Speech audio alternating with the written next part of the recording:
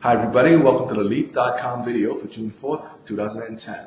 That's Leeb.com. The volatility continued today as worldwide stock indexes tumbled across the board. The S&P 500 and the Dow both fell well above 3% each. The slide occurred after a spokesman for the Prime Minister of Hungary commenting that his economy is in a, quote, very grave situation, unquote, and saying that talks about potential default was not an exaggeration. Now for Europe, a region already struggling with severe sovereign debt problems and struggling to regain investor confidence, a remark like that from a government official obviously doesn't help to inspire any sort of confidence. Yields on Hungarian government bonds, as you might expect, soared, and the euro dropped to another multi-year low, falling below $1.20.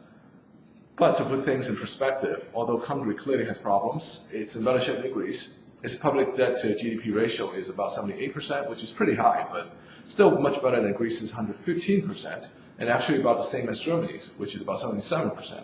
And Germany, of course, is regarded as being one of the fiscally sounder EU economies.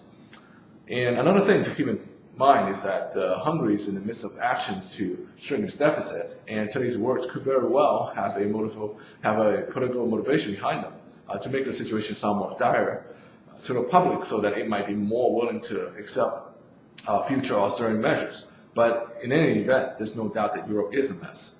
Also acting as a headwind, today was the monthly U.S. job report, which fell short of consensus expectations by about 100,000 in terms of jobs being added. And excluding the hiring of census workers, the economy actually added only about 20,000 jobs in May.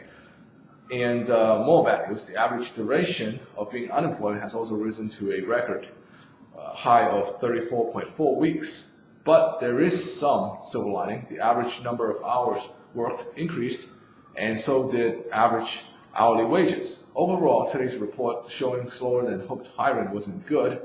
The question now is whether it's a one-month hiccup or whether it's a pattern. That's it for today. Thank you for watching, and join us again next week.